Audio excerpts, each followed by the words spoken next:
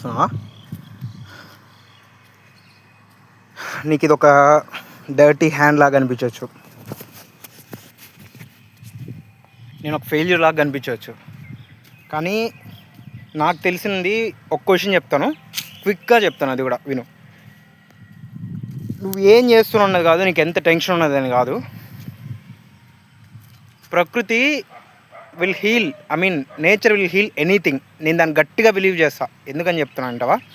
నువ్వు ప్రతి ఒక్కరూ మనిషిలో వాళ్ళ డౌన్ స్టేజ్ ఖచ్చితంగా చూస్తారు. కొంతమంది క్విక్గా చూస్తారు, క్విక్గా అంటే కొంతమంది ముందుగానే చూస్తారు, కొంతమంది ఒక ఏజ్ వచ్చిన తర్వాత చూస్తారు. అలా చాలా జరుగుతాయి లైఫ్లో. ఇలా ఏం జరిగినా, ఎన్ని జరిగినా, ఒక వ్యక్తికి లేదా ఒక మనిషికి నేచర్లో వచ్చి కాసేపు కూర్చొని నేచర్తో కనెక్ట్ అవ్వడం నేర్చుకుంటే మాత్రం చెప్తున్నాను కదా, అది ఎంత పెద్ద డీప్ హోల్లో నువ్వు ఉన్నా కూడా, అది ఎంత పెద్ద డీప్ షిట్లో నువ్వు ఉన్నా కూడా నువ్వు క్విక్గా వెనక్కి వస్తావు. ఓకేనా? నువ్వు అనుకుని నువ్వు చేయగలుగుతావు. నేను ఎందుకు చెప్తున్నాను ఈ విషయం అంటే, నేను ఎక్స్పీరియన్స్ చేశాను దాన్ని. ఇప్పుడు కూడా చెప్తున్నాను కదా, 100% మళ్ళీ చెప్తాను నేను ఈ విషయము. నువ్వు ఒక ఐటీ ఎంప్లాయీ ఉండొచ్చు, నీకు శుద్ధంగా కనీసం అంటే ఒక 1 అవర్ కూడా నీకు టైం లేకుండా ఉండొచ్చు. కానీ ఖచ్చితంగా ఆలోచిస్తే నీకు నీ హెల్త్, మెంటల్ హెల్త్, నీ ఫ్యామిలీ తప్పితే నీకు ఇంకేది ఇంపార్టెంట్గా ఉండదు లైఫ్లో. సో నా ఏజ్ సరిపోదు అనుకుంటా ఇట్లాంటి విషయాలు చెప్పేకి. బట్ నాకు క్విక్గా అంటే నాకు ఖచ్చితంగా విషయం చెప్పాలనిపిస్తుంది.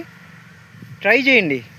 మీరు ఎంత మధ్య సిటీలో ఉన్నా కూడా సరే, ఒక సిటీ మధ్యలో మీరు ఉన్నా కూడా సరే, ఎక్కడున్నా కూడా సరే, ఇట్లా ప్లేసెస్ చూడండి. విలేజ్ లాంటి ప్లేసెస్కి వెళ్ళండి.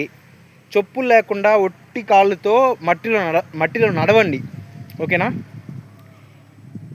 మీ బేర్ ఫుట్ కాంటాక్ట్ ఇవ్వండి ఫస్ట్ అర్త్కి, సరేనా? అక్కడి నుంచి పాజిటివ్ వైపు స్టార్ట్ అయితే మీకు వచ్చిన పని చేయండి. మీరేమి డబ్బులు పెట్టి కూలి తీసుకొని చేయాల్సిన పని ఏం కాదు ఇది.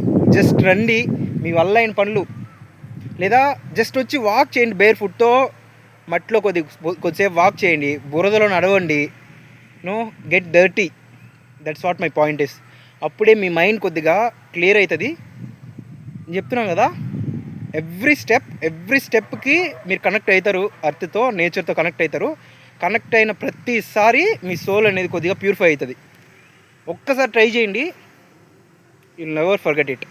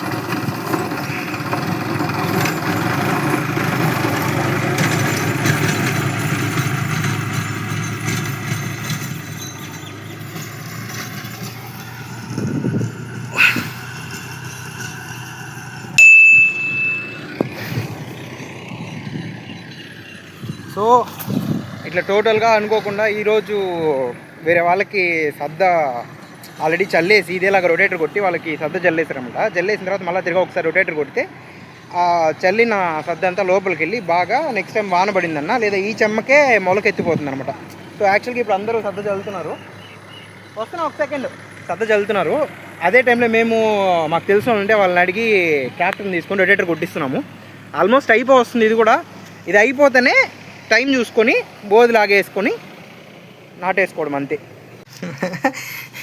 రాక ఈరోజు బండి వచ్చింది. యాక్చువల్గా చాలా రోజుల నుంచి వేరే వాళ్ళని అడుగుతున్నాం కానీ వచ్చి దున్నామని చెప్పి వాళ్ళు దున్నలే. ఏంటో కానీ వాళ్ళు ఇంతసేపు వేరే దగ్గర దున్నేటప్పుడు పడలేదు, కానీ ఇప్పుడే సడన్గా వాన స్టార్ట్ అయిందన్నమాట. చూసారా చినుకులు పడుతున్నాయి.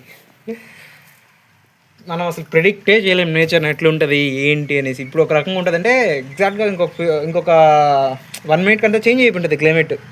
అందులో ఇప్పుడు వానలు పడే కాలం కాబట్టి చెప్పలేము అసలు. సడన్గా వాన పడుతుంటుంది, సడన్గా ఎండ కాస్తుంటుంది, వాట్ ఎవర్. నాకైతే ఈ స్మెల్ చాలా ఇష్టం. వాన పడే ముందు వస్తుంది చూసినారా, మట్టిది స్మెల్ వస్తుంది కదా, అది నాకు చాలా ఇష్టం. మీలో కూడా చాలామంది ఉంటారు కదా ఇట్లా ఇష్టం ఉండేవాళ్ళు. ఖచ్చితంగా మర్చిపోకుండా కమెంట్ చేయండి మీలో ఎంతమందికి వాన పడే ముందు స్మెల్ ఇష్టమో, మట్టి స్మెల్. చూద్దాం. ఆల్మోస్ట్ ఒక 1/2 hour ఉంటే అయిపోద్ది. ఇది మొత్తం 1/2 hour ఉంటే నీట్గా అది రొటేటర్ కొట్టేస్తారు. వాన పడిందంటే కూడా తర్వాత ఇష్యూ ఉండదు, ఎందుకంటే మనకి ఆ గడ్డ అంతా కూడా మట్టి కింద పడిపోతుంది కాబట్టి మగ్గిపోతుంది. వాన పడిందంటే దాని కింద వండుకొని మగ్గిపోతుంది. సో మనకేం ఇష్యూ ఉండదు. ఇంకొక 1/2 hour అట్లా లైట్గా తట్టుకుందంటే కంప్లీట్ అయిపోతుంది వర్క్.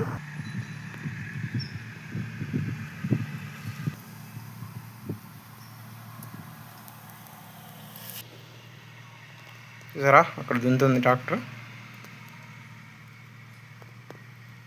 అలా అయితే అక్కడ దున్నుతున్నారు. నన్ను తొందరగా షెడ్లోకి వెళ్ళిపో, వాన పడుతుంది అని చెప్పి ఆయన మాత్రం అక్కడే ఉండిపోయినాడు.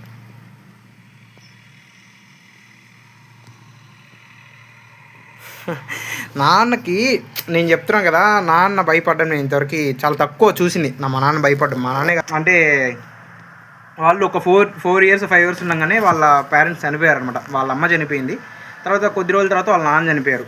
సో పాయింట్ ఏంటంటే అంత చిన్న ఏజ్ నుంచి పేరెంట్స్ లేకుండా వాళ్ళపైన వాళ్ళు డిపెండ్ అయ్యి, అంటే వేరే వాళ్ళపైన డిపెండ్ కాకుండా వాళ్ళు ఓన్గా స్టాండ్ అయ్యారు కాబట్టి వాళ్ళకి ఆ భయము అవంతా కొద్ది తక్కువ. అంటే ఏదైనా విషయాలు చేసేటప్పుడు 1-2 సార్లు ఆలోచిస్తారు, కానీ ఇట్లాంటి వాటిలో తక్కువ అనమాట. సో మా నాన్నకి వాన and at the same time పిడుగు అంటే ఎప్పటి నుంచి భయం స్టార్ట్ అయిందంటే, నాకు తెలిసి నా ఏజ్ అరౌండ్ నేను అప్పుడు ఒక 7th class లేదా 5th class అలా ఉంటాను అనమాట. నైట్లో వాన పడుతుండే బాగా. మాకు అప్పుడు ఒక ఇల్లు ఉండేది, పాతిల్లు అనేసి ఒకటి ఉండేది. మీరు చెప్తే నమ్మరు, ఇప్పుడు ఉండే ఇంటికన్నా నాకు పాతిల్లు అంటే చాలా ఇష్టం. అంత బాగా నిద్ర వస్తుంది దాంట్లో పడుకున్నా, అంత బాగా నిద్ర వస్తుంది. చాలా హ్యాపీగా ఉంటుంది ఆ ఇంట్లో ఉంటే. పీస్ఫుల్నెస్ వేరే. ఆ ఇంట్లోనే అన్ని మెమరీస్. మాకు ఒక 11 to 15 years అవుతుంది మేము కొత్తగా ఇల్లు కట్టుకున్న ఆ ఇంట్లోకి రాబట్టి. మేము మొత్తానికి ఆ ఓల్డ్ స్టోరీ మీద చెప్తున్నా మీకు. నేను ఆ ఇంట్లో పాత ఇంట్లో ఉన్నప్పుడు పాస్ పోదామని చెప్పి నాన్న డోర్ తీసుకొని బయట వచ్చానమాట. బయట రాగానే ఫుల్గా వాన పడుతుంది. ఇంకా అట్లా వచ్చాడు, టక్కని ఇంటి ముందర పిడుగు పడింది. ఇంటి ముందరే పిడుగు పడంగా ఆ లైట్నింగ్ ఫోర్స్ ఉంటుంది కదా, ఫోర్స్ అండ్ ఆ లైట్ ఎక్కువ చూడడం వల్ల ఈ బాలయ్య బాబు ఫైట్స్ ఎగురుతారు చూసారా, విలన్స్ అంతా ఎగ్గిరి అట్లా పడతారు చూసారా, అలాగా నాన్న ఎగ్గిరి వచ్చి మంచం పైన పడ్డాడు అనమాట. మంచం పైన పడి కాసేపు బ్లాక్అవుట్ అట్లే కూర్చునేసాడు. మా అమ్మ లేసి ఏమైందని అడిగి, ఇంకా తర్వాత మార్నింగ్ అయ్యేసరికి మా నాన్నకి ఫుల్ ఫీవర్. అంటే అంత షాక్ ఇచ్చిందనమాట అది. అప్పుడు ఇంకా నేను చెప్తున్నా కదా, ఎప్పుడన్నా కూడా సరే పిడుగులు పడినాయండి, వాన ఎక్కువ వచ్చిందంటే నాన్న బయటికి వెళ్ళడు అసలు. అదొక స్టోరీ నాకు గుర్తొచ్చింది ఇప్పుడు ఈ పిడుగులు చూసి. నాన్న తొందరగా నువ్వు వెళ్ళిపో, షెడ్ ఉంది మాకు ఇక్కడ, ఆ షెడ్లోకి వెళ్ళిపో అంటే నాకు అది గుర్తొచ్చింది. And I wanted to share it.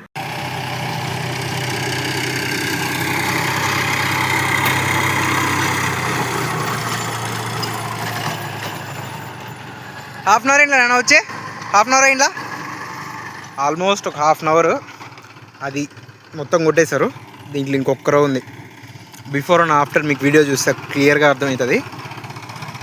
ఇంతకుముందు ఇక్కడ ఒక్కరవ వాన పడినప్పుడు మడక లాగించాం కానీ అంత దిగల. ఇది నిన్న పడ్డ వానికి కొద్దిగా బాగానే కొడుతుంది రొటేటర్.